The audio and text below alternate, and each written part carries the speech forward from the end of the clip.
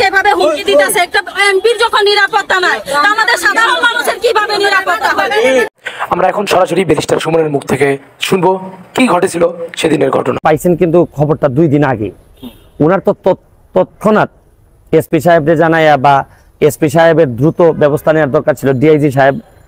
বরং আমি আইসা জিডি করার লাগলো কেন? কারণ আমার মেরে ফেললো, আমি দেশও ছাড়বো না এবং আমি আমার কাজগুলা বন্ধও করব না। আর এইসব আগে নেতারা বন্ধ করছে বইলেই তো বেনজিরের মতো লোক তৈরি হয়েছে, মতিউরের মতো লোক তৈরি হয়েছে। পুলিশের এইসব কারণেই যে খবরই পায় না কখন কারে থ্রেট দেয়। আমার কাছে মনে হইতেছে যে রাষ্ট্রযন্ত্রের কিছু কিছু মানুষকে আদৌ কি চাচ্ছেন কিনা যে আমি বেঁচে থাকি। ব্যারিস্টার সাইদুল হক সুমন যেভাবে হুমকির বার্তা পেলেন, গত বৃহস্পতিবার সংসদে থাকাকালীন সময় আমার এলাকার যিনি অফিসার ইনচার্জ, উনি আমার ফোন দিয়ে জানালেন যে স্যার আপনি একটু বাড়ি আসলে আপনার সাথে আমার একটু বসতে হবে, গুরুত্বপূর্ণ কথা আছে। তো শুক্রবারে আমি বাড়ি যাওয়ার পর উনি দুপুরবেলা আমাকে বসে আমাকে বললেন, আমাকে একটা মেসেজ দেখালেন যে উনাকে একটা লোক 2-3 দিন ফোন করার পর উনি যখন আমলে নিচ্ছিলেন না, তখন উনারে একটা মেসেজ দেয় যে ওই লোকটা, অজ্ঞাতনামা লোকটা আমার সাথে দেখা করতে চায়, কথা বলতে চায়, দেখা করতে চায় না, কথা বলতে চায়। তো ওসি সাহেব আমলে নেননি। পরে যখন মেসেজটা দেখছেন, যে মেসেজের মধ্যে আছে দেখা যাচ্ছে যে একটা কন্ট্রাক্ট কিলার গ্রুপ যারা হায়ার করা হয়েছে তারা নাকি অ্যাক্টিভ, তার বক্তব্য অনুযায়ী। তো ওসি সাহেব আমারে উনার ফোন দিয়ে ওই অজ্ঞাতনামা ব্যক্তির সাথে ফোনে ধরাই দিলেন। আমি কথা বললাম, কথা বলার পর যে জিনিসটা ওরা জানাইলো আমাদেরকে, ওই অজ্ঞাতনামা ব্যক্তি সে নিজেকে আইডেন্টিফাই করতে চায় না, সে তার অ্যাড্রেস বলতে চায় না। সে বলে যে আমি নিজেও ওই কিলার গ্রুপের মেম্বার ছিলাম, যখন আপনার নামটা আসছে আপনাকে হত্যা করতে হবে, তখন আমি বলছি যে না আমি এটা পারবো না। কারণ উনি ওই লোকটা সিলেটি, সে আমার কাজকর্ম সম্পর্কে জানে, এই জন্য সে কোনোভাবে রাজি হয় নাই। তখন সে বলছে যে আমার বিষয়টা হচ্ছে গিয়ে, তার বক্তব্য অনুযায়ী আমার বিষয়টা হচ্ছে গিয়ে, আমি আপনাকে একটা ওয়ার্নিং দিচ্ছি, আপনি এই 2-3 দিন আপাতত ঘরের বাইরেই যাবেন না। তো এটা শোনার পর আমি, সাধারণ জনগণ ব্যারিস্টার সুমনকে কত ভালোবাসেন তার ওই বাস্তব রূপ। সম্পদ নয়, সারা বাংলাদেশের সম্পদ। আমরা হারিয়েছিলাম বঙ্গবন্ধুকে দেখি নাই।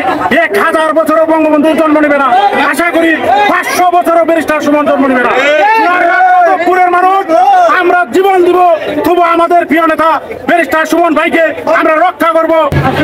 হুমকির বর্ণনা দিচ্ছেন ব্যারিস্টার সুমনের বোন।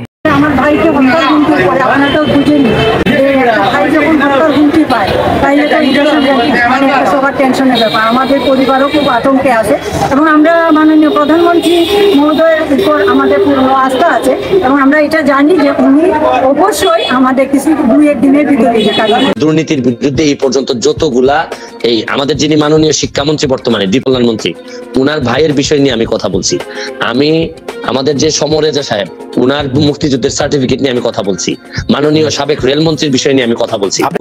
এই এমপি হওয়ার আগেই বাংলাদেশ আওয়ামী লীগের প্রচার সম্পাদক যিনি বর্তমানে, তার বিরুদ্ধে মামলা হয়ে, বাদী হয়ে কিন্তু আমি মামলা করেছি।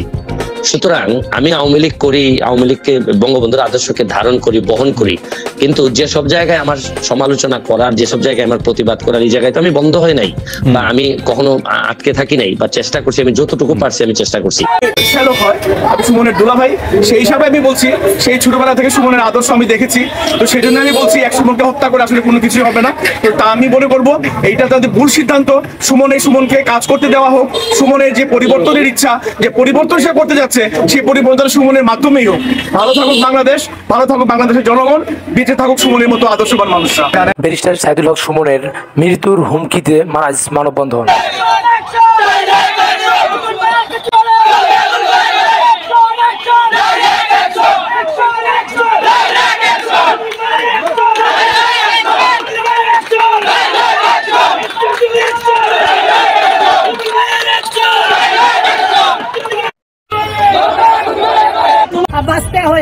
ব্যারিস্টারকে এভাবে হুমকি দিতেছে, একটা এমপির যখন নিরাপত্তা নাই, আমাদের সাধারণ মানুষের কিভাবে নিরাপত্তা হবে? আমাদের বাগানের অনেক কিছু এমপি, অনেক কিছু যে নতুন এমপি হয়েছে আমাদেরকে অনেক আগে নিতে এসছে, যে আমাদের পাশে পরিচয় হইতেছে, আমরা তাকে এমপিরা চোখেই দেখছি না, যে আসে হাত মিলাইছে, কিছু জানি না। সুমন ভাই এমপি হওয়ার পরে আমরা কথা বলে আমাদের পাশে যে আমরা রিং কোড দিছে, চাল দিছে, যে বাগানের মানুষ থাক, বাঁচে থাকুক। এরকম একটা গরিব মানুষকে যে আপনারা হত্যা করবে, গরিবের নেতারে গরিব মানুষের ভাবে হত্যা করবে, এটা কি? ব্যারিস্টারের এই যে হুমকি